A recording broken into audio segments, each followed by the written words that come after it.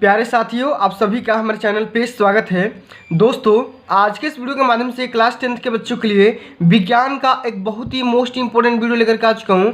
और इस वीडियो के माध्यम से मैं आप सभी को विज्ञान के जितने भी टाइप्स के मोस्ट इंपॉर्टेंट अति महत्वपूर्ण प्रश्न होने वाले हैं, जो कि 2023 बोर्ड परीक्षा के लिए काफ़ी ज़्यादा उपयोगी होने वाले हैं, उन सभी प्रश्नों को हम इस वीडियो के माध्यम से कवर करने की कोशिश करेंगे। और इस वीडियो के माध्यम से मैं आप सभी को कक्षा 10 के विज्ञान के जितने भी टाइप्स के अति इंपॉर्टेंट अति लघुत्तरी क्वेश्चन होने वाले हैं, सारे प्रश्नों को हम इस वीडियो के माध्यम से बताएंगे, जो कि 2023 बोर्ड परीक्षा के लिए काफ़ी ज़्यादा उपयोगी होने वाला है। दोस्तों, बोर्ड परीक्षा में अधिकांश प्रश्न इसी वीडियो से आपको फंस जाएंगे, तो इसलिए करना क्या है, आप सभी को इस वीडियो को एंड तक देखना है, वीडियो को लाइक कर देना। चैनल पे पहली बार विजिट किए हैं तो चैनल को सब्सक्राइब करके साथ में सारे बेल आइकन प्रेस कर लेना, क्योंकि आज का जो हमारा वीडियो है सबसे ज़्यादा मोस्ट इंपोर्टेंट वीडियो है। और इस वीडियो के माध्यम से मैं आप सभी को कुछ थ्योरी बताऊंगा और कुछ यहाँ पे न्यूमेरिकल लेकर के आया हूँ, जो कि बोर्ड परीक्षा के लिए काफ़ी ज़्यादा उपयोगी होने वाला है। फ्रेंड्स, इस तरीके को आप सभी के प्रश्न जो कि बोर्ड परीक्षा में बहुत बार देखने को मिलते हैं, तो उन सभी प्रश्नों को हम इस वीडियो के माध्यम से कवर करेंगे, जो कि 2023 बोर्ड परीक्षा के लिए काफ़ी ज़्यादा उपयोगी होने वाले हैं। ठीक ना? तो आपको करना क्या है, आप सभी प्यारे बच्चों को इस वीडियो को बस खाली एंड तक जरूर देख लेना है। बोर्ड में आप सभी प्रश्नों को यहाँ पे इसमें से अधिकांश क्वेश्चन मिलने वाले हैं। ठीक ना? आइए, सबसे पहला जो क्वेश्चन यहाँ पे पूछा गया है कि गोलीय दर्पण की फोकस दूरी तथा वक्रता त्रिज्या में क्या संबंध है, क्या रिलेशन है, इस क्वेश्चन को करना है। और ये क्वेश्चन बोर्ड के पेपर में कई बार पूछा जा चुका है। ठीक ना? एक बात और, ये जो क्वेश्चन है, ये जो प्रश्न है, बोर्ड के पेपर में न्यूमेरिकल भी इससे पूछता है। कभी कभी फोकस दूरी देता है और बोलता है कि वक्रता त्रिज्या निकालो, या कभी कभी वक्रता त्रिज्या का मान देता है, बोलता है फोकस दूरी का मान निकालो। तो सबसे पहले तो हमें ये जानना होगा कि फोकस दूरी और वक्रता त्रिज्या में क्या रिलेशन होता है, क्या संबंध होता है। तो प्यारे बच्चों, यहाँ पे लिखेंगे कि गोलीय दर्पण की जो फोकस दूरी होती है वो वक्रता त्रिज्या की आधी होती है। अर्थात हम ये बोल सकते हैं कि किसी भी गोलीय दर्पण के लिए, चाहे वो दर्पण अवतल दर्पण हो या उत्तल दर्पण हो, उसकी फोकस दूरी को हम स्मॉल f से डिनोट करते हैं। और उसकी फोकस दूरी और उसका जो रेडियस होता है, वक्रता त्रिज्या होता है, कैपिटल R होता है, जो दोनों में रिलेशन होता है वो होता है F = R/2। क्या होता है? F बराबर क्या हो जाएगा? R बटे में यहाँ पे 2 निकल के आ जाएगा। और यही आपका फेमस यहाँ पे क्या होता है, एक रिलेशन होता है। प्यारे बच्चों, आप सभी को इस रिलेशन को याद रखना है, क्योंकि इससे भी क्वेश्चन कई सारे पूछे जाते हैं। ठीक ना? चलो, अगला यहाँ पे क्वेश्चन एक न्यूमेरिकल दिया है। न्यूमेरिकल को ध्यान से देखना कि बोर्ड के पेपर में कई बार पूछा जा चुका है। ठीक ना? क्वेश्चन ये है कि वायु में प्रकाश की चाल 3 × 10⁸ मीटर पर सेकंड है। उस माध्यम का अपवर्तनांक वायु के सापेक्ष यहाँ पे n का मान दिया है कितना, 1.5 दे दिया है। तो हमें ये बताना है कि माध्यम में प्रकाश की चाल क्या होगी। तो प्यारे बच्चों देखो, यहाँ पे एक फार्मूला होगा यहाँ पे कि माध्यम में जो प्रकाश की चाल होती है उसका एक फार्मूला होता है। सबसे पहले हम फार्मूला आपको यहाँ पे लिख के दे रहा हूँ कि माध्यम में जो प्रकाश की चाल होती है, प्रकाश की जो चाल होती है उसका यहाँ पे सबसे पहले फार्मूला लिखेंगे, आराम से लिखेंगे। ठीक ना? जो प्रकाश की चाल होती है वो होती है वायु में प्रकाश की चाल। क्या होती है? वायु में प्रकाश की चाल क्या होती है? वायु में प्रकाश की चाल बटे, अब देखो, वायु में प्रकाश की चाल तो हो गई, और यहाँ पे बटा होता है किसका? वायु के सापेक्ष माध्यम का अपवर्तनांक। क्या होता है? ये आप लोग डायरेक्ट फार्मूला याद कर लो। वायु के सापेक्ष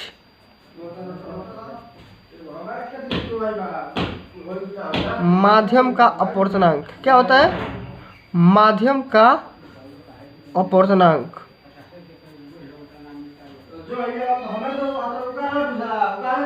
ठीक, वायु के सापेक्ष क्या हो जाएगा? माध्यम का अपवर्तनांक। यहाँ से हम प्रकाश की चाल आसानी से निकाल सकते हैं कि भाई हम माध्यम में कितना प्रकाश की चाल होगा। ठीक ना? अब यहाँ पे देखो, हमारा क्वेश्चन दे दिया है कि वायु में प्रकाश की चाल कितना दिया है, 3 × 10⁸ मीटर पर सेकेंड, 3 × 10⁸।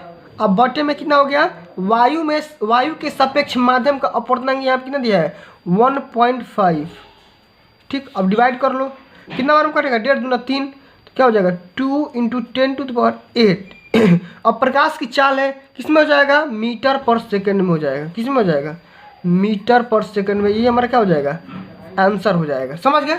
तो देखो, जब भी आपसे प्रकाश की चाल पूछे माध्यम में तो क्या निकालोगे? सबसे पहले फार्मूला लिखोगे वायु में प्रकाश की चाल बटे में वायु के सापेक्ष माध्यम का अपवर्तनांक।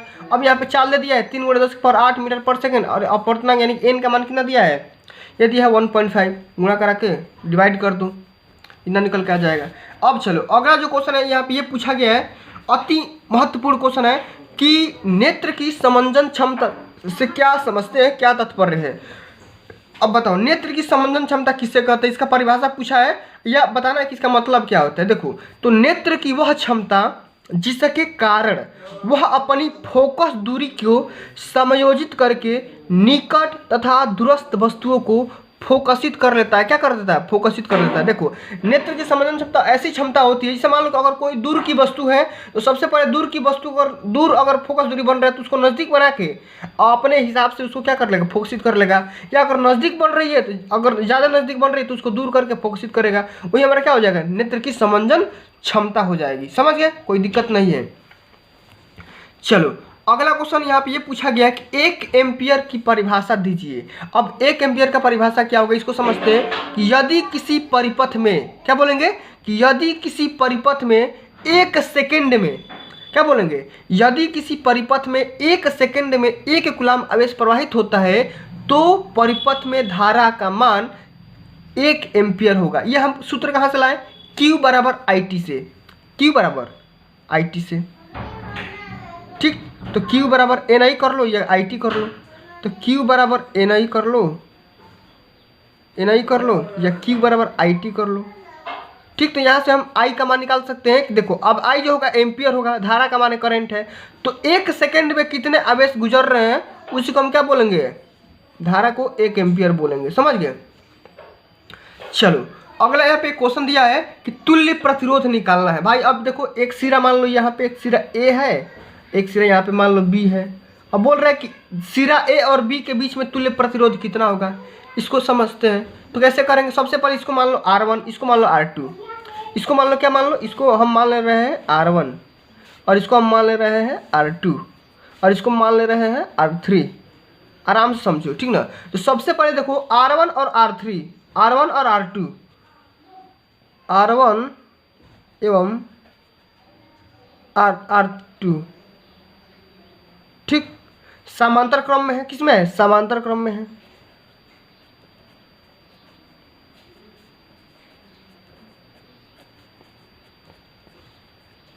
तो अब देखो, सबसे पहले इसका तुल्य प्रतिरोध निकालो। तो यहाँ पे क्या हो जाएगा? 1/R बराबर क्या होगा? 1/R1 plus 1/R2। अब देखो 1/R निकाल लो तो क्या हो जाएगा? 1/R1 का मान है 3 और इसका मान है 6, तो कितना हो जाएगा? लसन लोगे तो 6 आ जाएगा। ये हो जाएगा 2 + 1 यानी कि 3/6, यानी कि 1/R का मान कितना आ गया? 1/2। तो R का मान कितना आ गया यहाँ से? 2 ओम। तो यहाँ से R का मान कितना आ गया? 2 ओम। अब हम क्या करेंगे? अब यहाँ लिखेंगे कि R3 एंड R श्रेणी क्रम में है। क्या करेंगे?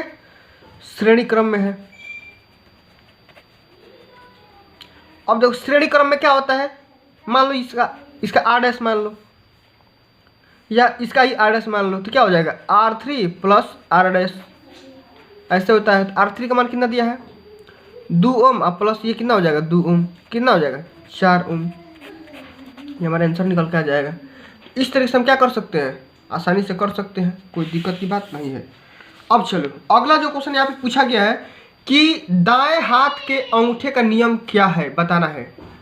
दाहिने हाथ के अंगूठे का नियम क्या होता है? ये बोर्ड के पॉइंट है, उससे बहुत इंपॉर्टेंट क्वेश्चन है, इसको ध्यान से समझना, ठीक ना। कई बार पूछा जा चुका है कि भैया दाएं हाथ के अंगूठे का नियम बताओ, अब बाएं हाथ का भी पूछता है। तो यदि हम दाएं हाथ में क्या बोलेंगे? ये देखो दाहिना हाथ है, यदि हम दाएं हाथ में वैद्युत धारा वाला तार इस प्रकार पकड़े कि अंगुलियां तार पर लिपटी हो, अंगुलियां किस पर लिपटी हो? तार पर लिपटी हो, और अंगूठा वैद्युत धारा बताए, ये वैद्युत धारा बताए, ये अंगूठा है वैद्युत धारा बताए, ठीक ना, धारा की दिशा, और लिपटी हुई जो ये अंगुलियां है, ये देखो ये अंगुलियां है, ये लिपटी हुई अंगुलियां है, वो क्या बताए? चुंबकीय बल रेखा की दिशा बताएगी। ये जो अंगुलियां है क्या बताएगी? चुंबकीय बल रेखा की दिशा बताएगी। ऐसे ये क्या बताएगा? अंगूठा वैद्युत धारा इलेक्ट्रिक करंट बताएगा और ये दिशा बताएगी। समझ गए? तो ये होता है दाएं हाथ के अंगूठे का नियम। समझ गए? चलो अगला क्वेश्चन यहाँ पे ये पूछा गया है कि आधुनिक आवर्त नियम लिखिए।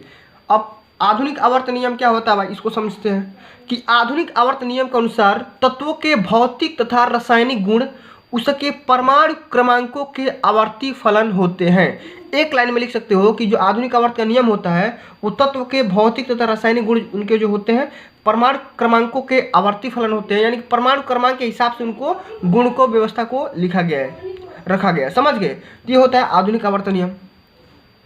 समझ गए कि नहीं? अब अगला जो क्वेश्चन है यहाँ पे ये पूछा गया कि अपचायक तथा उपचायक क्या होते हैं भाई। औपचायक तो उपचायक क्या होते हैं ये बताओ। तो अपक्रिया में वह पदार्थ, क्या बोलेंगे, किसी भी रिएक्शन में वह पदार्थ जो अन्य पदार्थों की उपचायित कर देता है। अन्य पदार्थ को क्या कर देता है? उपचायित। अपचायक होता है, उपचायक होता है। अब अपक्रिया के वह पदार्थ जो अन्य पदार्थों को अपचयित कर देता है। अपचयित जब करेगा तो अपचायक, और उपचयित करेगा तो उपचायक हो जाएगा। समझ गए? और मेरे को एक बात और कमेंट करके बताओ कि ऐसा समीकरण जिसमें अपचयन तथा उपचयन दोनों की प्रक्रिया हो, दोनों का रिएक्शन हो, उस रिएक्शन को हम कौन सा रिएक्शन बोलेंगे, आप मेरे को कमेंट बॉक्स में छाप करके बताओ, ठीक ना।